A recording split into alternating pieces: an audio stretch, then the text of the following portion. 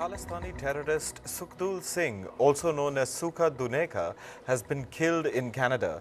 This was during an inter-gang clash. Reports say he was also on the Indian National Investigation Agency's most wanted list. He was on it for terror and criminal activities. Sukha death comes in the backdrop of escalating tensions between India and Canada. On Tuesday, Canadian Prime Minister Justin Trudeau said his country was investigating India's suspected involvement in the murder of pro-Khalistan leader Hardeep Singh Nijjar. Poland has said that it will no longer send arms to Ukraine. It will instead focus on arming itself with more modern weapons. This was just a few hours after Warsaw summoned Kyiv's ambassador amid the ongoing grain exports row. Tensions between the two nations were sparked by Poland's ban on Ukrainian grain imports. Poland has been one of Ukraine's staunchest supporters after Russia invaded it last year. It is one of Kyiv's main weapon suppliers. Ukrainian President Volodymyr Zelensky confronted Russia directly at the UN Security Council. He faced a Russian official for the first time ever since the war broke out. Zelensky called Russia's invasion of his country criminal. He also urged that Moscow be stripped of its UN veto power. Replying to him, Russian Foreign Minister Sergei Lavrov defended his country's use of the veto power in the UNSC. Lavrov described it as a legitimate tool of international relations. Brazil's President Luiz Inácio Lula da Silva met with his Ukrainian counterpart Volodymyr Zelensky on Wednesday. Their meeting lasted for more than an hour. Both leaders discussed bilateral relations and peace efforts amid the ongoing Russia-Ukraine war. Zelensky and Lula were in New York to take part in the United Nations General Assembly. Iran's parliament has passed a new Hijab and Chastity bill. It lays out punishments for women who violate Iran's mandatory dress code. For women, unacceptable covering has been defined as quote-unquote revealing or tight clothing. Women will also be punished for wearing clothes that show parts of the body lower than the neck or above the ankles. Those dressed inappropriately face up to 10 years in jail under Iran's new bill. Meanwhile, Iran says it has no issue with the UN nuclear watchdog's inspection of its nuclear sites. The country's President Ibrahim Raisi said this in a news conference on the sidelines of the UN General Assembly. Raisi added that quote-unquote trustworthy inspectors could continue their work in Iran. This comes days after Tehran barred multiple inspectors from the International Atomic Energy Agency. They were assigned to oversee Iran's atomic activities. In Armenia, thousands of protesters gathered in the capital, Yerevan. They demanded the resignation of Armenian Prime Minister Nikol Pashinyan. The protesters denounced the government's perceived failure to support Armenians in the Nagorno-Karabakh region. Yesterday, Azerbaijan declared a ceasefire in Nagorno-Karabakh. It ended what it called anti-terrorist operations in the disputed region after about 24 hours of attacks. Australian lawmakers have called for the release of Julian Assange. They have urged US officials to drop their attempts to extradite Assange from a British prison and bring him to the US. The Australian lawmakers said that Assange had been punished enough and that the charges against him should be dropped. Julian Assange is the founder and editor of media company WikiLeaks. He is wanted in the US over charges of leaking confidential US military records through his publication. Hundreds of residents in Peru's capital, Lima, took to the streets on Wednesday. They want an end to the escalating crime in parts of the city. The protesters demanded that Peru's army intervene. Lima residents say that criminals are harassing them, extorting local businesses, and even making death threats. Indigenous groups from across Brazil marched in the capital city of Brasilia. This was to reject a bill that endangers their ancestral lands. The bill is currently being analyzed by the Brazilian Senate's Justice and Constitution Commission. The proposed law would impose a cut-off date for ancestral land claims. Any indigenous community that had not occupied their lands by that date would not be allowed to claim it now. 2 people have died in a car bomb blast in the South American nation of Colombia. At least 2 others were injured. The incident took place outside a police station. It has caused structural damage to the police station, nearby houses and a hospital. Colombian authorities are currently searching for those responsible for the attack. In climate news, UK Prime Minister Rishi Sunak has watered down the country's commitments to tackle climate change. Sunak said his government remains committed to its legally binding target of reaching net zero emissions by 2050. However, he also said that the government can afford to slow down its progress because it's ahead of other countries. Sunak said the step aims to ease quote-unquote unacceptable costs on British households. Meanwhile, Britain's Interior Minister Suella Braverman has said that the country needs a pragmatic approach to reaching net zero emissions. She said the UK cannot save the planet by bankrupting British people. Braverman's comments came right before Sunak's announcement. She added, and I quote, "We want to achieve climate goals in a way that does not impose undue and disproportionate cost on families." People in Australia's Sydney made their way to Bondi Beach as they face unreasonably hot spring conditions. Extreme fire danger warnings are in place for the Greater Sydney region. It's home to more than 5 million people. On Tuesday, Australia's Bureau of Meteorology declared that an El Niño weather event is underway.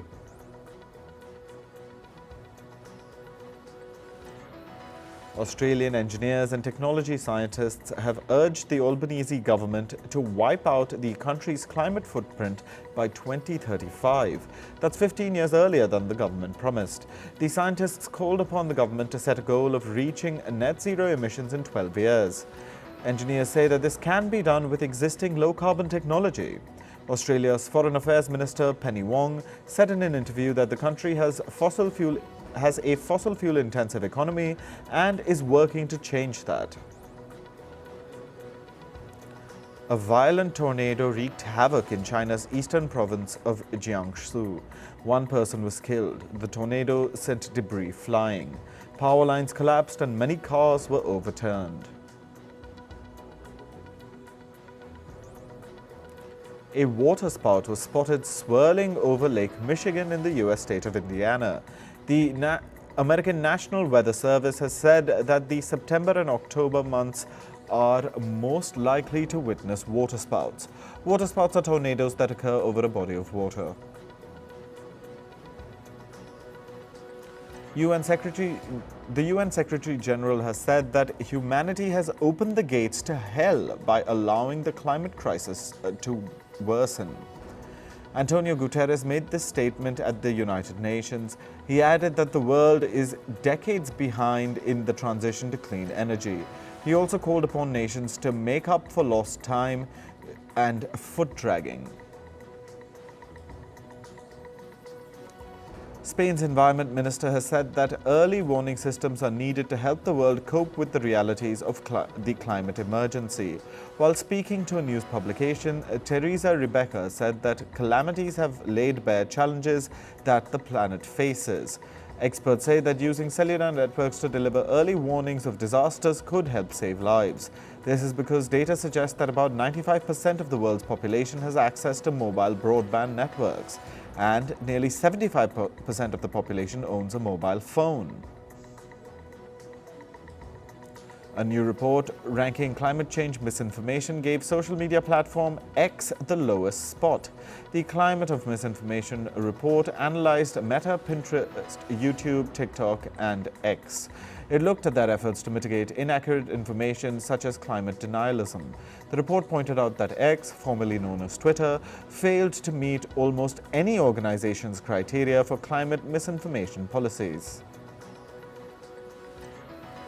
Moving on to business and tech news. The U.S. Federal Reserve held interest rates steady in its September meeting. The central bank held its interest rate in the range of 5.25 to 5.50%. However, it has projected a potential rate hike by the end of this year. Fed officials expect the range to reach 5.50 to 5.75%. Official data shows Britain's high inflation rate fell unexpectedly in August. The consumer price index dropped slightly to 6.7% from July 6.8%. Economists had predicted that the UK CPI would rise to 7%. Britain's Office for National Statistics said the fall was driven by a drop in hotel prices and airfares. Food prices also rose at a slower pace, which offset a jump in fuel prices. Japanese conglomerate Toshiba says its takeover by Japan Industrial Partners has succeeded. Toshiba had initially accepted the buyout bid in March this year. The deal is valued at $14 billion and has now been backed by enough shareholders. The takeover paves the way for Toshiba to go private. Irish carrier Ryanair faces a probe by the Italian Competition Authority. Regulators say they are investigating the company over the possible abuse of a dominant position in the market. The Italian watchdog suspects that the airline exerted power over sectors such as hotels and car rentals. Ryanair allegedly limited the ability of travel agencies to sell its tickets as part of travel packages with accommodation and other services. Alan Joyce, the former CEO of Australia's Qantas Airways, earned 872% more than he did last year. This was despite him having to take an early retirement from the company. Joyce advanced his retirement amid a lawsuit accusing Qantas of selling tickets on thousands of already cancelled flights. Despite all this, he walked away with $21.4 million. However, Qantas said that it was cutting and withholding the former CEO's hefty bonuses amid damaging lawsuits.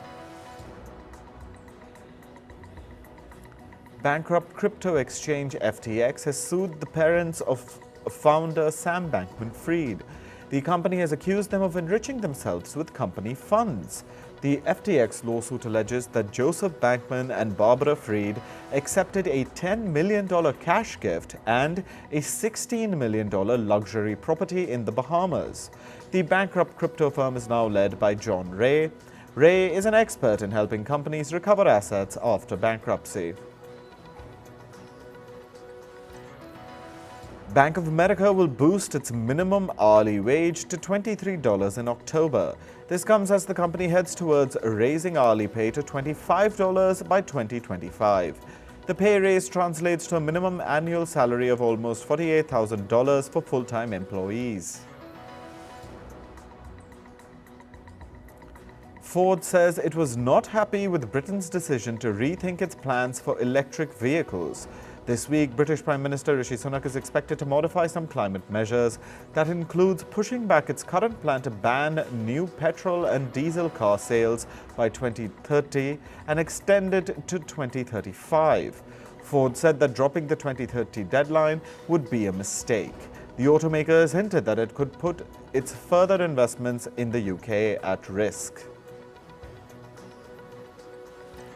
Reports say India's Ola Electric plans to file regulatory papers for its initial public offering. This could come before the end of October this year. The company aims to raise up to $700 million through the IPO.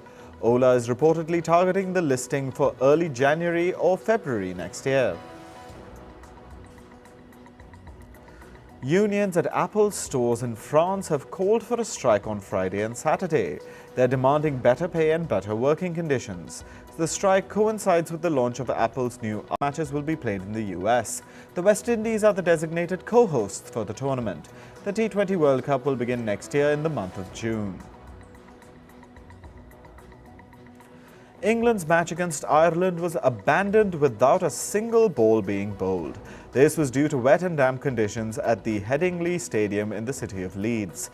The next match will be played at Trent Bridge on the 23rd of September. In football, Arsenal beat PSV Eindhoven 4-0 in the UEFA Champions League. Arsenal had a commanding first half with the Gunners finding the back of the net 3 times. In the second half, Arsenal captain Martin Odegaard scored in the 70th minute to seal the comfortable win. The Gunners are off to a flying start after a 6-year absence from the Champions League. Bayern Munich beat Manchester City 4-3 in a high-scoring Champions League thriller yesterday. Leroy Sané and Serge Gnabry scored for Bayern in the first half. United attempted a comeback with a goal in the 49th minute. Just 4 minutes later, though, Harry Kane restored Bayern's 2-goal cushion. Kane scored his first goal for Bayern via a penalty. Casemiro's late double for United fell just short as Bayern also scored in injury time, closing the match at 4-3. Real Madrid just scraped past FC Union Berlin in their Champions League bout yesterday. The game was scoreless at the end of 90 minutes at the Santiago Bernabeu. But midfielder Jude Bellingham finally found the net 4 minutes into injury time, helping Real Madrid claw out a victory. In Major League Soccer, Inter Miami beat Toronto 4-0 in a one-sided game. However, star player Lionel Messi had to leave the match in the 37th minute due to an injury. Only minutes later, Messi's former Barcelona teammate Jordi Alba also left the field due to a strain. Inter Miami's coach says both Messi and Alba will skip the club's next match on Sunday. At the Asian Games, India beat South Korea 3-2 in men's volleyball. It was a nail-biting match for India against the 4-time Asian Games volleyball winners, South Korea. It lasted almost 2 hours and 40 minutes. This is the second consecutive win for the men in blue. India have now qualified for the volleyball knockout stage. The Indian men's rowing team had a stellar start at the Asian Games. 2 pairs of Indian rowers have entered the finals. This is in the race categories of men's lightweight doubles and men's double sculls. The Indian rowers will now race for gold on the 24th of September. In Formula One, McLaren have extended their contract with Australian rookie Oscar Piastri. This is till the end of the year 2026. McLaren's manager says the 22-year-old has had an impressive first season. The debutant Piastri is currently ranked 11th in the F1 Championship. Basketball star LeBron James has been called out by the fiancé of late Saudi journalist Jamal Khashoggi. This comes after James made a trip to Saudi Arabia earlier this month. Slain journalist Khashoggi's fiancé says LeBron James is ignoring Saudi Arabia's human rights violations for money. James has reportedly posted that he will play in Saudi Arabia if they give him a plush deal. Remember, in 2018, Khashoggi was assassinated reportedly on orders from the Saudi government. In entertainment news, the Writers Guild of America, or WGA, and Alliance of Motion Pictures and Television Producers, or AMPTP, held negotiations on Wednesday. WGA represents striking writers, while the AMPTP represents some major Hollywood studios. Talks hinted towards a possible agreement. However, if it does not materialize, the strike is poised to persist until at least the end of the year.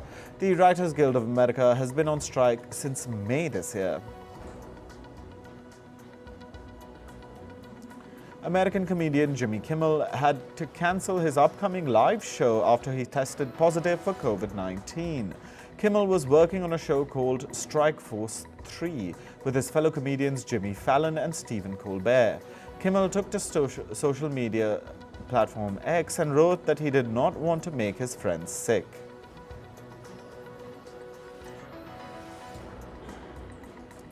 American actor Sherry Shepherd had to pause shooting for her talk show after testing positive for COVID-19 as well. Her talk show called Sherry was one of the few shows that came back amid the ongoing SAG-AFTRA and WGA strikes. Shepherd said that she looks forward to coming back strong to resume shooting for the show. Streaming platform Paramount Plus recently removed American comedian Russell Brand's stand-up comedy show. This comes after 4 women claimed that Brand sexually assaulted, raped and emotionally abused them. Previously, YouTube revoked monetization rights on Brand's channel, citing a violation of the creator responsibility policy. Brand has dismissed all allegations. 3 members of the K-pop boy band called Stray Kids had a car accident on Wednesday. They were returning home when their vehicle collided with another one. The band's agency released a statement saying no one sustained any major injuries. The band's upcoming events have been postponed. Mexican singer Peso Pluma had to cancel his concert in the city of Tijuana after getting death threats from Mexican cartels. Pluma makes several references to drug lords and illegal organizations in his songs. Threats allegedly stated that the concert might turn out to be his last one if he performs. Late American singer Lisa Marie Presley's estate has been sued by a money-lending company. As per reports, Presley took out a loan of more than $3 million in 2018 and failed to repay it. Now, the late singer's daughter, Riley Keough, will reportedly have to pay over $2 million within 45 days to get the charges dropped. Presley died on the 12th of January this year after alleged complications from a bariatric surgery. American actor Emma Roberts has apologized to actor Angelica Ross for her alleged transphobic comments. Ross acknowledged the apology. She took to social media and said, "Recognizing your behavior was not that of an ally." Ross claimed on an Instagram Live that Roberts passed a transphobic comment against her on the sets of the American Horror Story 1984. Oprah Winfrey has questioned the use of Ozempic for weight loss, calling it just an easy way out. She said this on her talk show Oprah Daily's The Life You Want, The State of Weight. Winfrey admitted that she almost used the drug when she underwent a knee surgery. A number of celebrities have turned to using Ozempic for weight loss. Using this drug without a medical prescription can be dangerous. American actor Amber Heard is making a Hollywood comeback with the film called In the Fire. The trailer of the psychiatric thriller was recently released. Heard was seen playing the role of a doctor. The film is slated for release on the 13th of October this year.